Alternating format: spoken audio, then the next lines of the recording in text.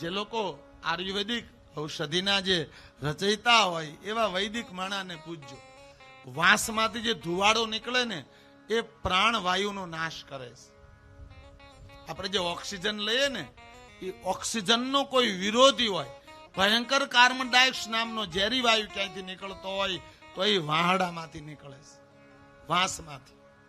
એટલે એમાંથી જે વાંસડાની હળીમાંથી જે વાયુ નીકળે છે એ પ્રાણ ઉર્જાનો નાશ કરે છે.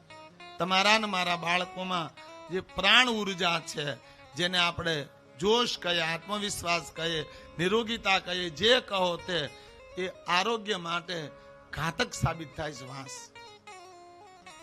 સળગાવવાની સખત મનાય. એક હળી તમારા ઘરમાં હળગાવો ને કમસે કમ તમારા ઘરનો 1 ટન પ્રાણવાયુ નાશ થઈ જાય છે. 1 ટન પ્રાણવાયુ તમારા ઘરમાંથી વાંસને કારણે નાશ પામી જાય.